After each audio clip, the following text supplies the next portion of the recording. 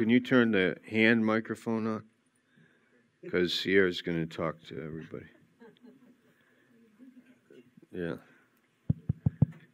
I just had a question about maybe like if a believer is dealing with something in their life, like I guess it seems like more subtle if it's an obsession with demons. Like, how do you discern like if they're just dealing with like sin and it's just like maybe this like shows my ignorance a little, I don't know, but like how do you see if they're just dealing with sin and like their flesh and they just need like truth, or like there's something deeper to it, like maybe there's like an attachment to some kind of like demonic obsession?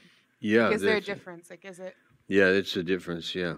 It's like when a person is possessed, it's much more dramatic effect. And they can even not be conscious of what they're doing. Remember the man in the cemetery? He could break the chains and he lived naked and lived in the tombs. It was very, very abnormal. And then when the demons were cast out, they went into the pigs, and the pigs ran down into the lake. And a pig farmer in Finland told me that it's hard to have pigs going down. Like when you take them off a truck, you take them off backwards. You bring them back down backwards. That's what they told me. So the point is that demons cause you to do things that are not natural for you. They are abnormal. Okay, that's possession, and we see that radical expression of it. Obsession is when they are persistent in affecting you in your mind, your emotions. You can actually have a relationship with them without really knowing it. Like, I could imagine a demon of alcohol, demon of fornication or adultery, or a demon of lying, and you just say it's the sin nature, but it's more. Pastor Chevalier says internal reflection connects with outside projection.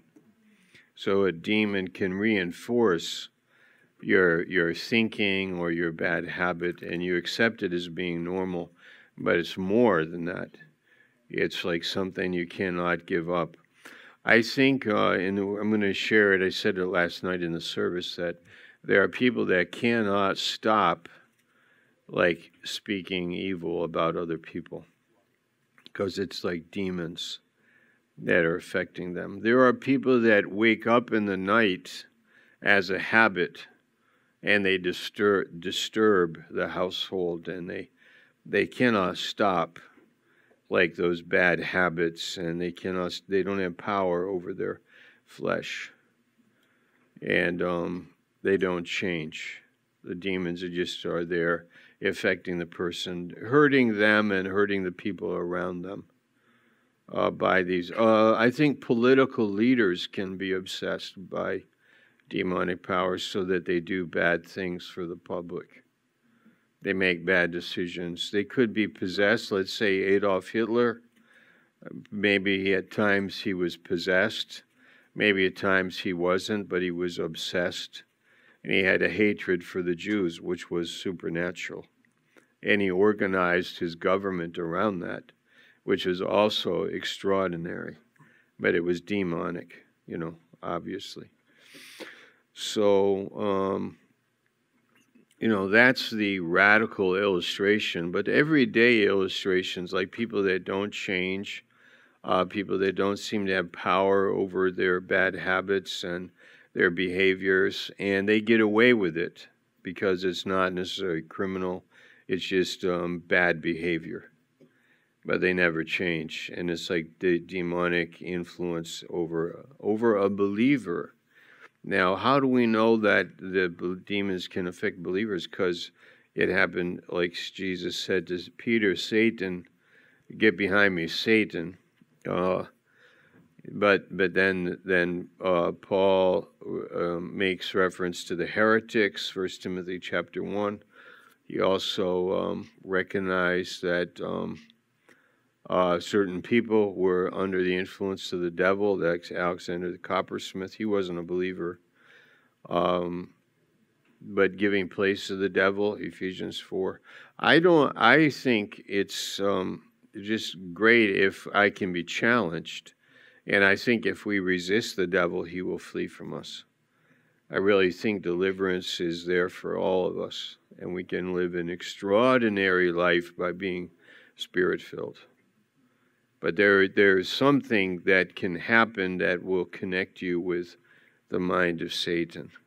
And the demon may really be persistent in getting you to be,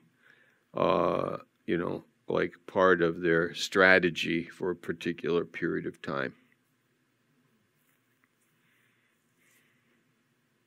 Okay, so we go back to our class.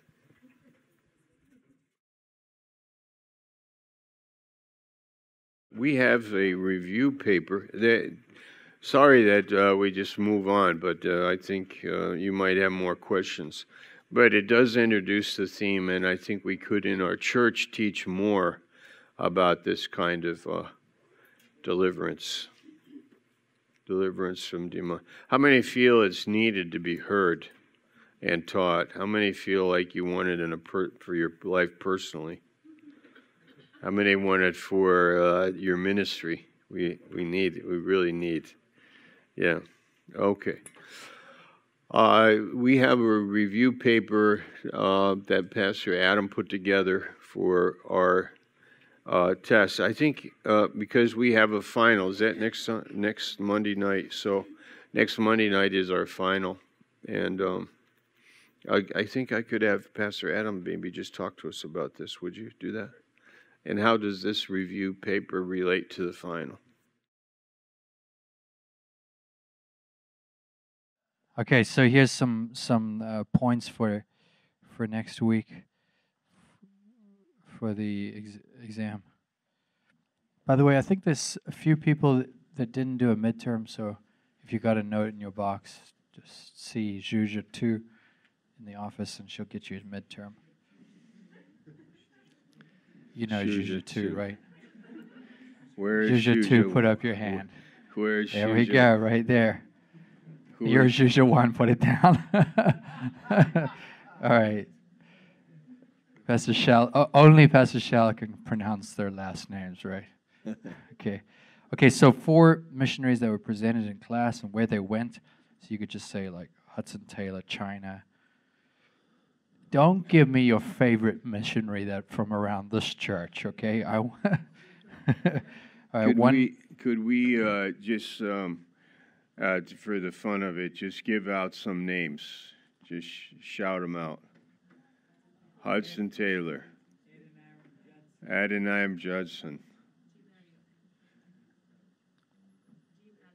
Jim Elliott. Yeah. Amy Carmichael. Amy Carmichael.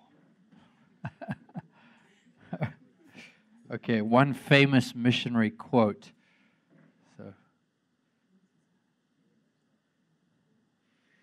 C.T. Studd, had I cared for the opinions of men, I would not have become a missionary. Or there's many of them. What was the one that I gave last week of the guy who he said, cut my finger. He said, I died before I got here. That was James Calvert, I think. Any others? Good ones? Yeah, that was Borden, right? No retreat, no regret, no reserve. What's the one that expect all great things from God, attempt great things? Attempt great things. Or expect great things, huh? Northampton, Massachusetts. In William Carey. Okay. William Carey, expect great things from God, attempt great things for God. How about this one? A man is not a fool to lose what he cannot keep so that he can gain what he cannot lose. That's Jim Elliott. That was Jim Elliott? Wow. Okay. A man is not a fool to lose what you cannot keep. That's your life. To lose what you cannot keep, to gain what you cannot lose. And that's your reward in heaven. And he was martyred. It actually was fulfilled. He lost his life, but he gained what he could not lose, which is eternal life.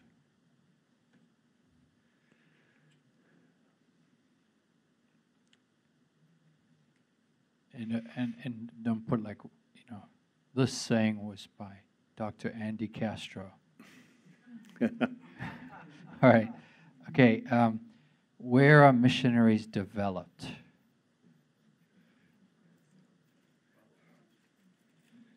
Yeah. Where? Yeah. In the local church, right? Isn't that true? With your frame of reference, what is normal, you get it here, right? And then this is where we are spiritually healthy to have something to give the world. Okay, some practical ways to know if you're called somewhere. What's a good way to know that you're called to a particular place?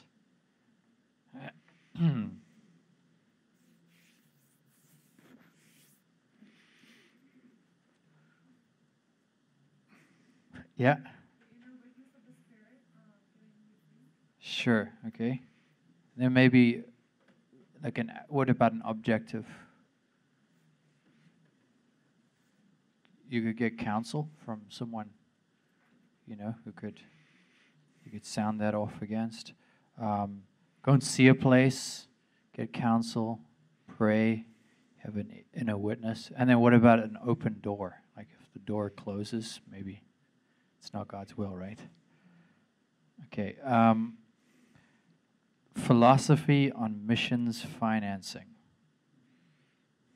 This was based on a comment Pastor Shallow made in response to someone who asked about money. And he said 2 words, God provides. That's great. I think that's awesome. All right. Explain what it means that people are lost. That's a good one to ask the person. What does that really mean? Like we think we know, but what does it really mean that people are lost? Could you ask the guy next to you, what does that really mean? Or the woman next to you. Some thoughts? Yep. Separated from God, okay. Others? Lizette? No purpose, separated from God? Unbelief, yeah. How about what we talked about tonight? Could be under, even demonic oppression or others. Emptiness, yeah.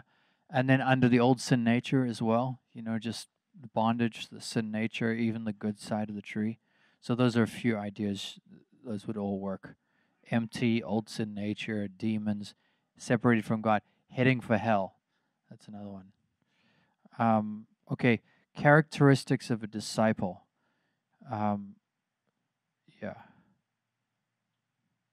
You should all know these because you are disciples. But here's a few that we had. Brokenness, humility, submission, and a personal cross. Brokenness, humility, submission, and a personal cross. All right. Know Mark 10:29-30, which says, no man that is left father and mother and houses for my sake and for the gospel's sake. Okay. The 3 T's of discipleship. Does anyone remember those? I think that was a class I did on discipleship. 3 T's. That should have been there, but no. Time, test, and transparency. Time, like time with people. Test. Jesus would always test his disciples. Initiate, wait for a response, and then transparency. Okay. Allowing people to be with you. All right. The next one, know Matthew 16:24. That's a key verse, which says, that verse came up almost every class. Matthew 16:24.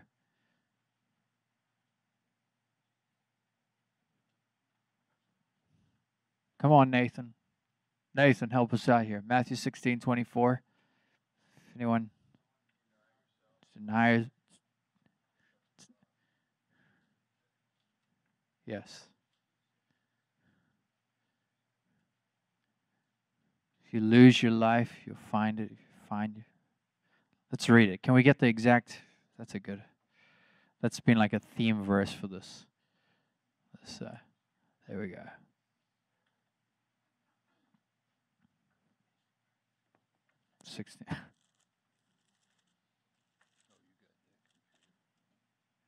Yeah.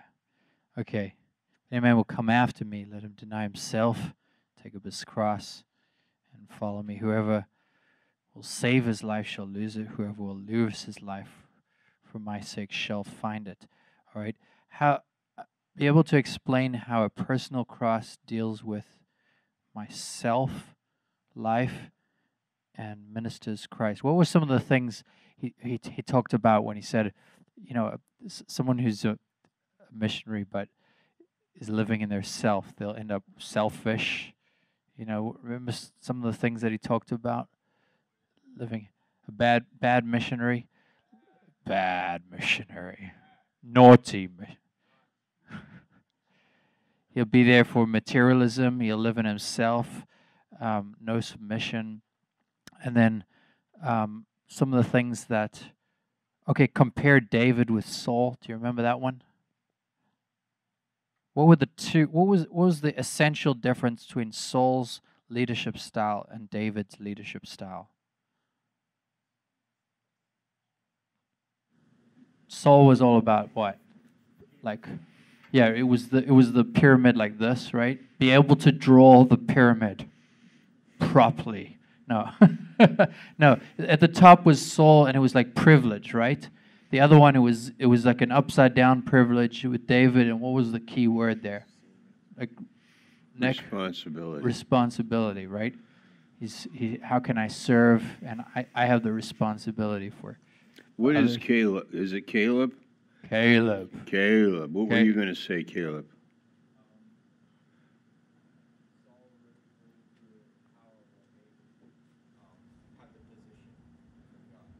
Yeah, say again. So Saul used his power while David had the position given from God.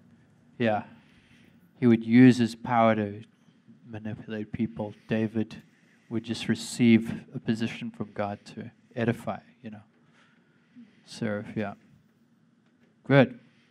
See what can come out of Pennsylvania right there?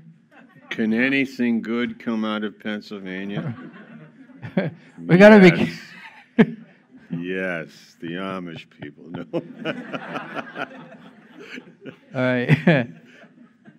From the first class, the importance of God's communication to man in missions. Do you remember that class? How God's talking to man. When He talked about the Bible being verifiable with biblical prophecy that is verifiable. The importance of that in missions, how we really, that's one of our motivations. We have an objective word from God. All right. Characteristics of a broken missionary: able to listen. If you jot this down and just go back in your notes, you'll find it. Able to listen, free from the attachments, family, etc. Diligent, and has a controlled tongue. These are characteristics of a broken missionary. Wow. Wow. Hey, could I ask a pet question, Pastor? How many questions are going to be on the test? Because I'm kind of nervous.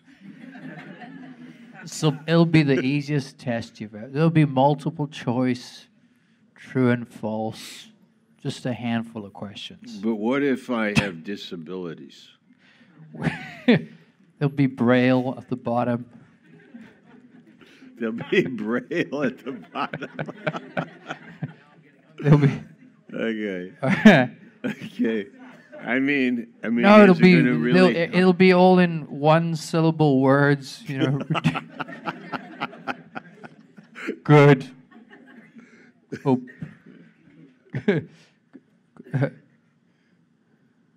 Picture of a missionary. Good. Bad. Little lines that you can draw, to the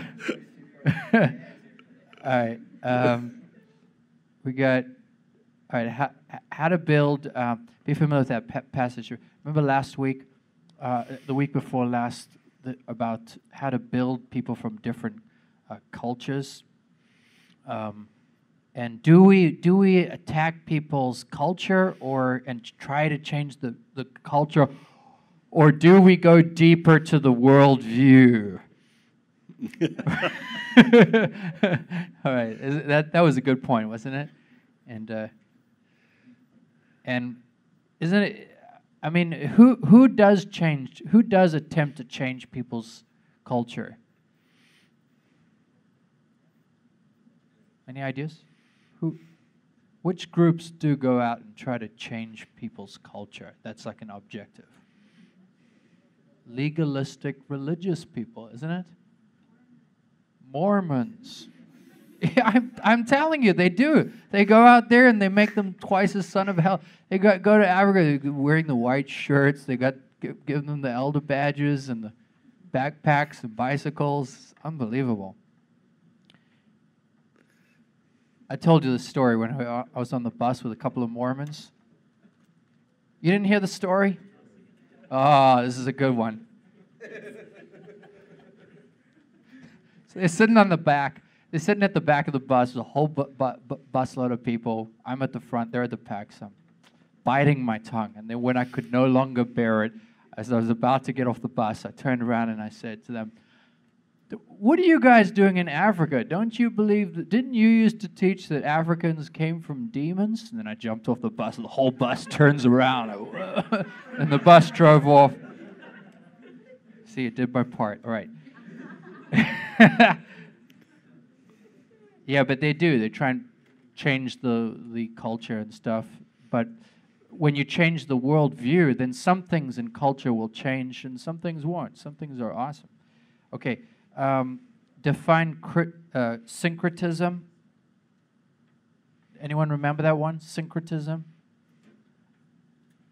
Some people can't even pronounce syncretism, but Lisa, yeah? Blending with culture and the faith. Yeah. So that you really don't have to do that. It's like when you have church, you still have idols. Or Yeah. church and do voodoo or witchcraft. Yeah. Tacking Christianity onto a godless worldview, right?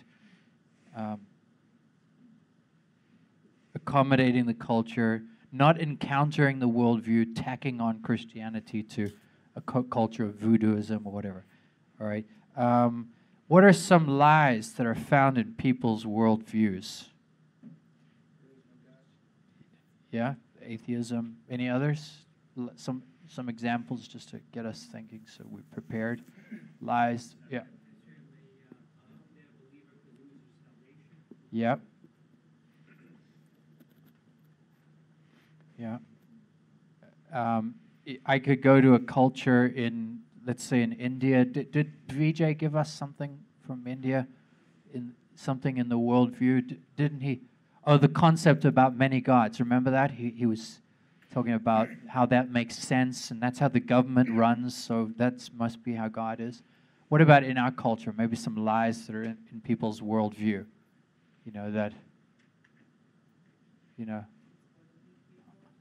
Say again? Yeah. Church is a crutch for those who need it, right? That could be a lie in the eat, drink, and be merry, for tomorrow we die, Matt? Yeah, everyone needs to get along. We just all, why can't we be friends? All right. Okay. The three encounters with Christ, the three encounters that Christ had: miracles, parables, calling. Remember the three miracles? That's like a power kind of encounter. Parables, teaching. And then what would he always end up doing?